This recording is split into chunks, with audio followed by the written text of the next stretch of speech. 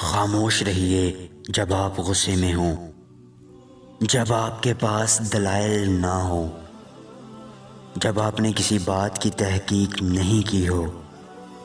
جب آپ کے الفاظ کسی کمزور کو دبائیں، جب سننے اور سیکھنے کا وقت ہو، جب آپ کا جی کسی مقدس چیز کا مذاق اڑانے کا چاہے،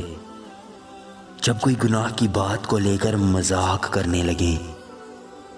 ایسی باتیں کرتے ہوئے جو آپ کی شرمندگی کا باعث بنے، جب آپ کی باتوں کا غلط مفہوم لیا جانے لگے، جب دوسرے اپنے معاملات طے کر رہے ہوں،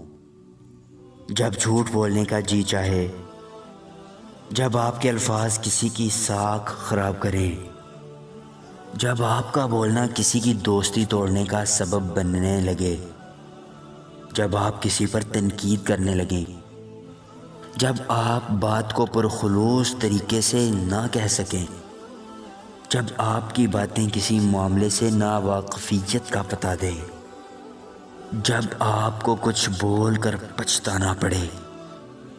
جب آپ کسی بات کو کئی بار کہہ چکے ہوں،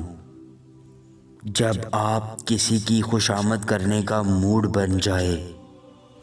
جب آپ کے الفاظ کسی کے لیے ناگوار بن جائیں، تو خاموش رہیے، خاموش رہیے۔